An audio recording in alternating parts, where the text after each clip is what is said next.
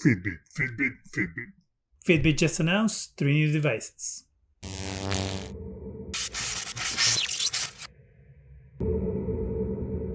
Hi, welcome to Zgadgetreview.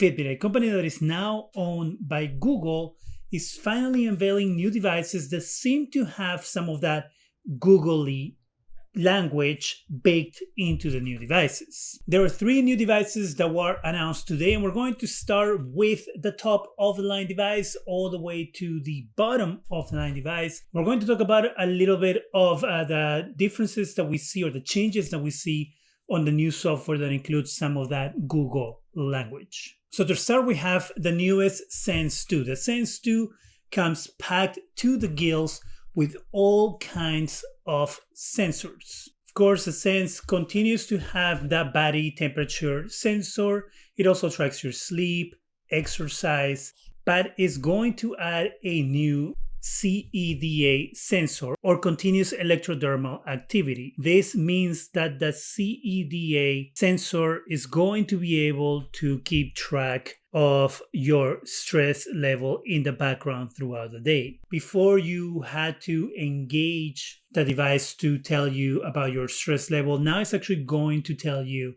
all the time.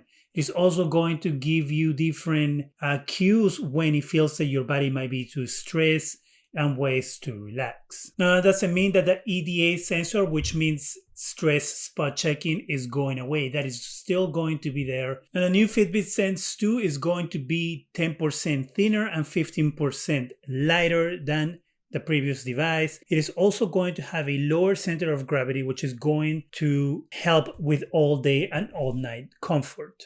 The Sense 2 battery life is going to be 6 days, according to Fitbit. The new Sense 2 also has an actual clickable button versus that capacitive groove that the previous device used to have, which makes it easier to navigate and easier to find that button whenever you are working out or doing something on the go. Another change on the device is going to be a new processor, which should make things faster. It is also going to have glanceable tiles, which you can customize. This should make it easier for the user so you can actually have the information that you want in the spot that you want to have it. The Fitbit Sense 2 is available for pre-order today, August 24th, for $299. It is going to be shipping in September. Now, the $299 give you 6 months of Fitbit Premium, whether you're a new customer or an existing one. Let's move on to the Fitbit Versa 4. Now, the Fitbit Versa 4 is a watered-down version of the Sense 2, and these are the things that it won't include. It won't include ECG, EDA, or CEDA readings.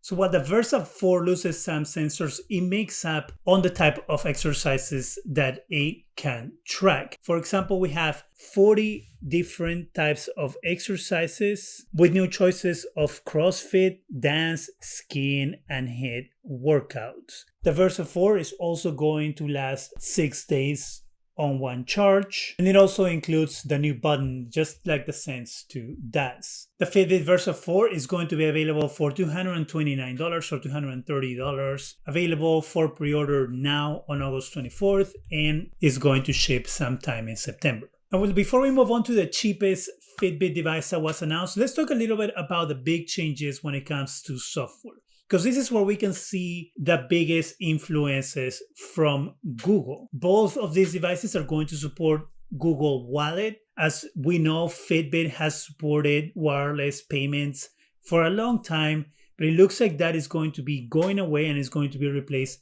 by Google Wallet, which is going to come out towards the end of the year. The other thing that is going to be added is Google Maps as well, so you'll be able to rely on Google Maps when it comes to GPS. Also is going to be available towards the end of the year. Now, of course, these devices are not running Wear OS, they're continue running Fitbit's own operating system, but it looks a little closer to what Wear OS does. Here we can see an example of a watch face and information that is going to carry. We can also see the app drawer and how the watch is going to perform when you are using it, when you're receiving phone calls, when you're receiving texts. The look of the new Fitbit OS is a little closer to Wear OS with those rounded corners and the apps being stacked on top of each other. And finally, we have the Inspire 3. The Inspire 3 is the entry-level fitness tracker. That device is going to have a new color screen. The screen is also going to be a little larger than the last device. That is going to be 8% larger, and it's also going to be thinner by 10%.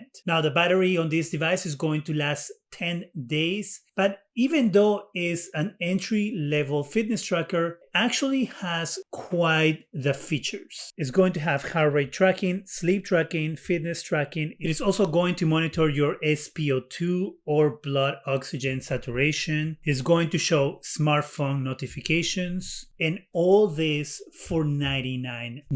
It's actually a great price for an entry-level device that has these features. Now, the device is also including the 6 months of Fitbit Premium, whether you're a new customer or an existing customer. And yes, it is available for pre-order today, August 24th, with a shipment in September. Now, even though we have a Google presence on these devices, there is no mention of Google Assistant, which is kind of odd if they're trying to create kind of an ecosystem by having Google Wallet included in the device and Google Maps in the device. It will only make sense that you will include the Google Assistant in there too, but that might be something that comes down the road. It is good to see that Fitbit is still alive, that seems to be thriving, which was one of the fears by people who are Fitbit customers when Google purchased it. A lot of the fears were that Google were just going to take it apart by pieces and stuff it into their smartwatches.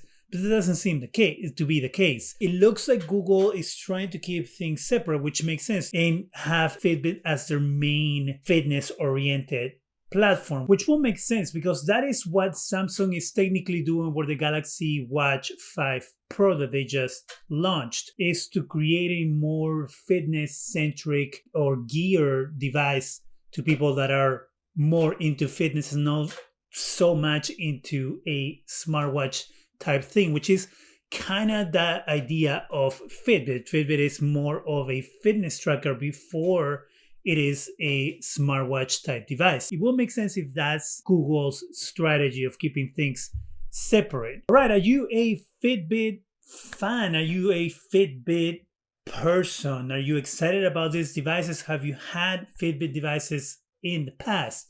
Let me know in the comment section. That is it for me. Go ahead and subscribe. Give us a thumbs up. It really helps the channel. Go ahead and hit that bell so you can be alerted every time we have new videos. And thank you very much for watching.